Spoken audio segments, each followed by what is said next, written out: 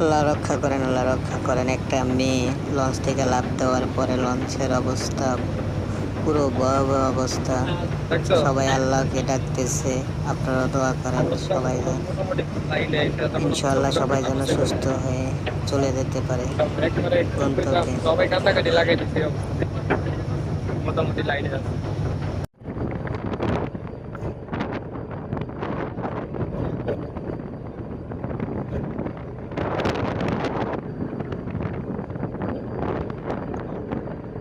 ওই কেমন করছে? ঠিক আছে।